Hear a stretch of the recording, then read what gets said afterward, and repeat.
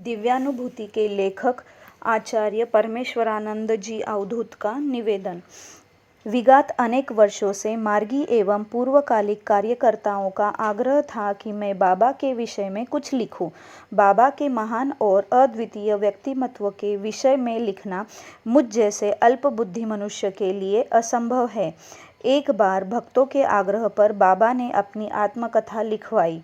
मैं रहस्य हूँ, मैं रहस्य था और मैं रहस्य रहूँगा। मैं समझ नहीं पा रहा था कि क्या लिखूँ, कैसे लिखूँ, कहाँ से प्रारंभ करूँ तथा अंत में क्या लिखकर छोड़ूँ। असमंजस की स्थिति में था।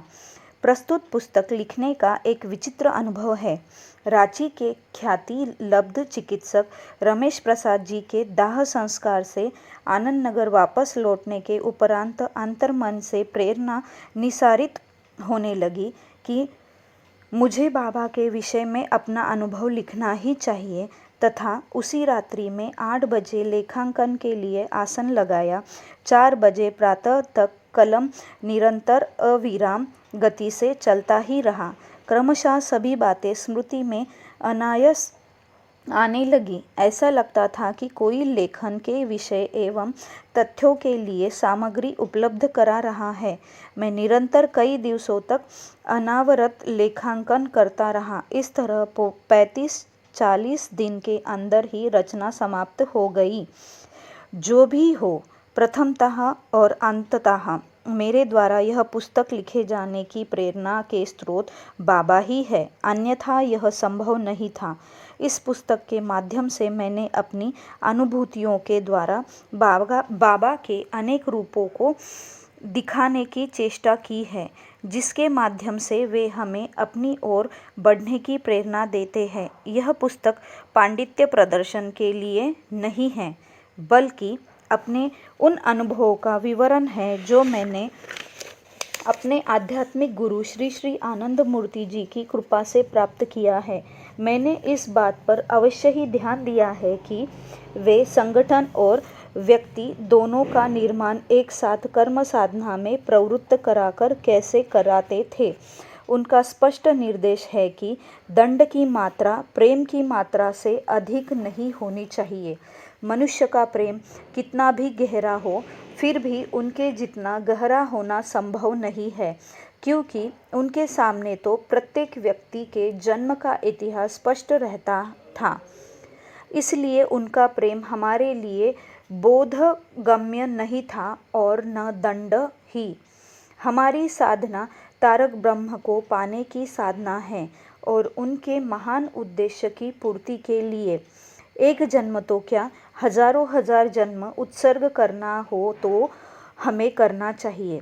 आनंद मूर्ति जी ने अथक रूप से जिस संगठन को बनाया है, उसको पुष्पित पल्लवित करना तभी संभव है जब हम उनके महान आदर्श को आत्मसात कर सके। मैंने इस पुस्तक में आनंद मूर्ति जी के जिन अमृत वचनों को अद्भुत किया है, वे मेरी स्मृति के पुष्प है। मेरे लिए तो वे आप्त वाक्य है, किंतु आपके लिए वे प्राप्त वाक्य हो सकते हैं, क्योंकि वे मेरी स्मृति की धरोहर है।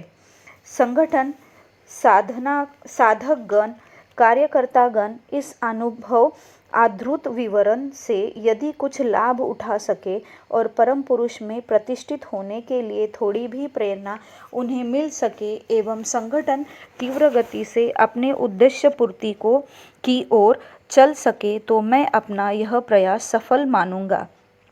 संभवतः है मेरी अभिव्यक्तियों में कुछ त्रुटियां हो, किंतु पाठकों को मैं आश्वस्त करना चाहता हूँ कि यह पुस्तक सब में बाबा के प्रति भक्ति एवं आत्मविश्वास जगाने का एक छोटा सा प्रयास मात्र है।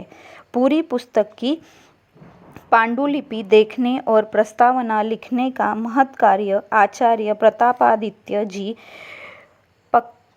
प्राक्कधान लिखने का कार्य आचार्य विश्वेश्वर जी, एक संक्षिप्त अभिमत लिखने का कार्य वशिष्ठ जी, इस पुस्तक के विषय में मेरी वक्तव्य लिखने का कार्य आचार्य प्रभा दीदी, 2 शब्द लिखने का कार्य आचार्य यतीश्वरानंद अवधूत एवं मेरा मंतव्य लिखने का कार्य आचार्य वंदनानंद अवधूत ने बड़ी दक्षता से किया है। उन लोगों के प्रति मैं अपनी कृतज्ञता ज्ञापन करता हूँ। इस पुस्तक के लेखन के संशोधन एवं अक्षर विन्यास में खासकर आचार्य पुण्येशानंद अवधूत एवं आचार्य रुद्र शिवानंद अवधूत की सराहनीय भूमिका रही। मुद्रांकन का संपूर्ण श्रेय अनिल जी को तथा प्रकाशन के लिए सामग्रियों को व्यवस्थित करने का अथक प्रयास आचार्य अभय शंकरानंद अवधूत का रहा है। प्रकाशन का श्रेय आचार्य रूपातीतानंद अवधूत को जाता है। इन सबों के प्रति मैं हृदय से आभार व्यक्त करता हूँ। आचार्य परमेश्वरानंद अवधूत, दिल्ली, दिनांक 10 अगस्त 2010।